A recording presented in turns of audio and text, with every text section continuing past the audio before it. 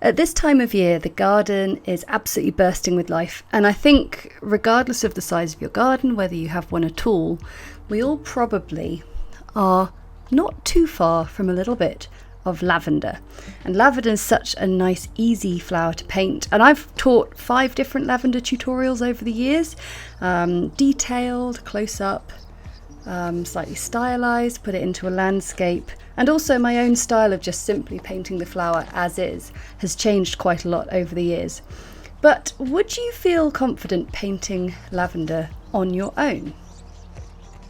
Of course, you come to me on YouTube for tutorials, how to paint watercolour, how to do watercolour flowers, what are the basics, and I'm more than happy to share my love of watercolour with you. But over the years I've noticed that sometimes if we don't show absolutely every part of the tutorial, or my hand might be masking a little bit of it sometimes, we get comments asking what was that brushstroke you just did, or we missed a tiny bit. And it got me thinking about how following a tutorial might just be a little bit of a hindrance. And so this video today is all about how we go from tutorials to painting pieces for yourself on your own without always feeling like you need the guiding hand of a teacher to help you along, because I know that you can do it yourself.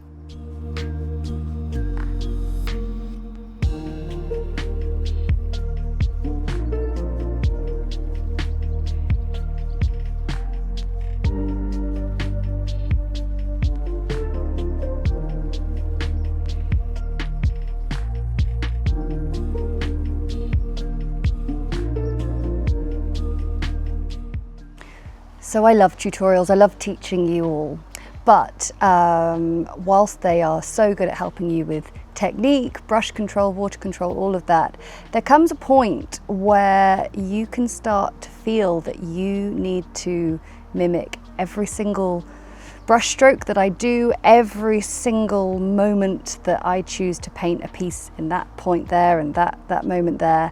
And I think it can start to hamper your own confidence in your own abilities, because you've all got the most incredible painting ability. I've seen it. You tag your paintings on social media.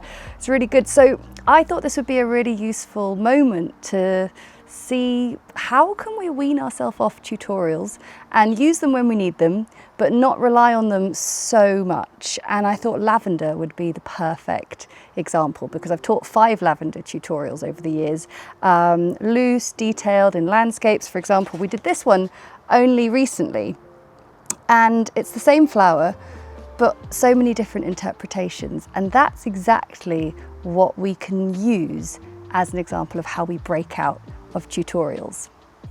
Here's something I'd love you to try with a lavender tutorial as an example. Once you've painted one of my tutorials, then how about spending the rest of the week painting that same subject? And what I mean by that is trying it in different ways. Maybe it's growing in your garden. If it is, you can try it outside from sight. And maybe what else is it near? Are you surrounded by bees? Lots of other lovely flowers that you could paint alongside it. There's so much when you start to move away from thinking very rigidly of what you're being taught. You've got the tools and you can use them. So just remember that painting is all about enjoying the process and not worrying too much about a perfect finished result. And to be honest, I love sketchbooks for that, because they really do feel like you're just writing a diary of your creative progress. So you could change the format. A lavender wreath would be really fun, adding bees in if you did see them in the garden, or even if you didn't. Painting from memory is just as fun as painting from real life. Changing the composition, maybe trying a different colour palette, a different brush, a different style. I mean, I love trying a bit of line and wash, pen and ink, creating a scribbly bit of lavender next to a painted one. It's all just about exploration and enjoying the process of discovering who you are, whilst also discovering how many lavender types you can paint. If I could wish one thing for this channel, it's that everyone watching doesn't complete every tutorial, but instead uses it as a stepping stone, because what I'd love eventually is that you don't need me. to paint watercolour. Like I say, tutorials are stepping stones, not the final finished destination for your art. Use them to build your skills and give yourself permission to wander, to play. Art's meant to be fun, and you might be surprised where your own creativity takes you.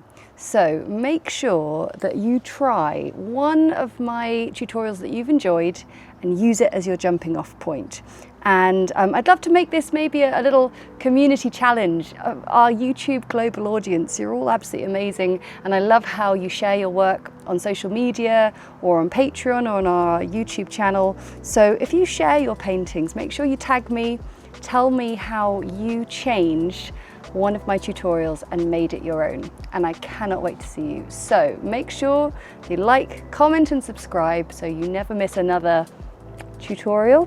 Pick which one you want to try and make it your own. See you next time. Bye!